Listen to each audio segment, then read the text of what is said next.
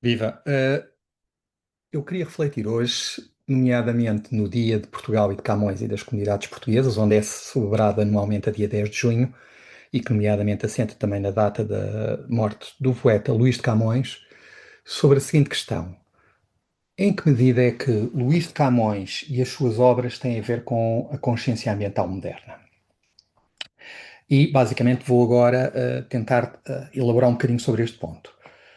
Luís Vaz de Camões nasce e morre no século XVI. Não é bem precisa a data, nomeadamente julga-se que nasceu em Lisboa em 1524 e depois faleceu entre 10 de junho de 1579 ou 1588, e particularmente numa época que é a época do Renascimento, que decorreu entre o século XIV e o século XVI. O Renascimento é um movimento cultural e científico que aparece um bocadinho em oposição ao teocentrismo medieval, onde o Deus estava no centro do universo e vai colocar o homem e a natureza no centro do mundo. E por isso as obras de Camões dividem a sua lírica e a sua épica e, nomeadamente, assentam na natureza de forma diferente. E eu acho que vale a pena olhar para quatro dimensões que eu, se calhar gostaria de salientar. A primeira grande dimensão que tem a ver é que olha para a natureza como um espaço perfeito, nomeadamente as leis naturais. E quando olhamos para a Redondilha, onde o poeta, por exemplo, fala sobre, que depois foi musicada mais tarde, sobre verdes são os campos da cor do limão, assim são os olhos do meu coração, campo que te estendes com verdura graça, pastora que passa, gado que mentes. No fundo, a vida da erva, da calma, e nomeadamente um lugar ameno, a harmonia e o equilíbrio, os seus ciclos naturais, no fundo, mostra um bocadinho esta dimensão da natureza como o espaço perfeito. Uma segunda vertente, de alguma maneira significativa, tem a ver com a admiração pela biodiversidade e pela natureza. Se olharmos, por exemplo, para o canto 10º dos Lusíadas, e ao descrever as ilhas e as florestas do Oriente, o Camões enumera com precisão a riqueza da flora e as suas utilidades, no fundo. Por exemplo, refere que olha banda que adorna o sol e o peito, da noz moscada e o sonho e o pássaro que voa, vê de Teodoro e Ternato o alto cúmulo, que de longe de si lança o seu lume. Ali verás o cravo que dita a terra, está com o sangue dos homens comprado. No fundo, o poeta descreve as árvores da noz moscada, do cravo da Índia, como joias da terra, a sua beleza física, o valor medicinal e, nomeadamente, botânico destas plantas e a sua variedade. O Camões, no fundo, registava a flora sem a intenção de a explorar de forma destrutiva. Limitava-se a contemplar e catalogar nos seus versos as novas árvores, as especiarias, as plantas, um tesouro que era generoso em relação à criação da vida.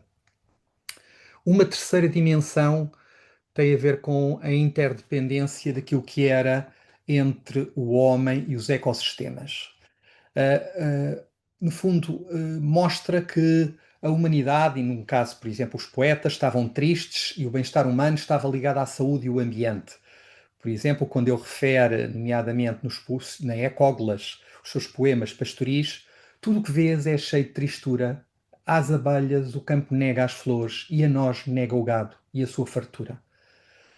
E, finalmente, uma quarta dimensão que tem a ver com o respeito pelas forças do planeta.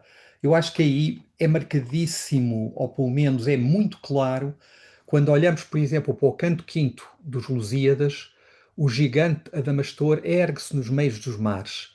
Ele avisa que a natureza não se deixa dominar sem luta.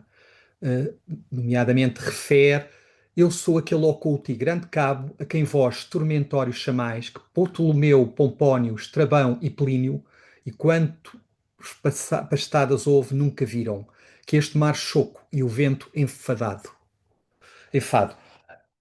No fundo, a natureza avisa o homem para não ser soberbo. O oceano exige respeito, tem força maior que qualquer navio. Poderia-se mesmo dizer que estava aqui um aviso ecológico e que sabia que a natureza exige os limites e o respeito.